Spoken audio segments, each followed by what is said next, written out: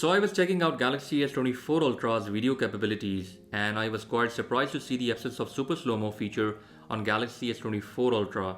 On Galaxy S23 Ultra, if I had to record any slow-mo video, I had to just go in Camera app, tap on More, and here I had two options. First one was super slow-mo and second one was slow motion.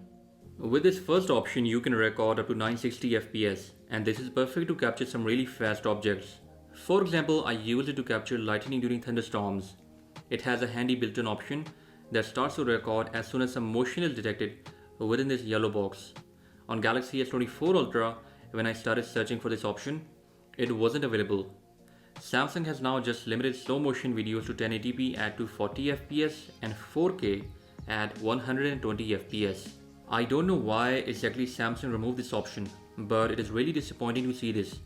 Anyways, you can use slow motion option on Galaxy S24 Ultra, and when you are done recording, you can go to gallery and tap on edit right here. Now you can slow down your video to 1/32x, and it is kinda similar to 960 fps mode on Galaxy S23 Ultra. Samsung has used AI here to make this slow motion video a bit smoother. That's why there is no choppiness or lag here. But once again, there is no yellow box here that is present on Galaxy S23 Ultra.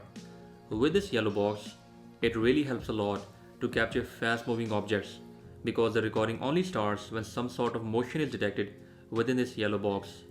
What do you think about this change from Samsung? And do you use super slow motion on your Galaxy S23 Ultra or not? Let me know about it in the comment section. Also, I'm giving away a few coupon codes for this Nothing Plus KWGT Widgets app. All you have to do is comment down in the comment section and I'll be picking up lucky random winners.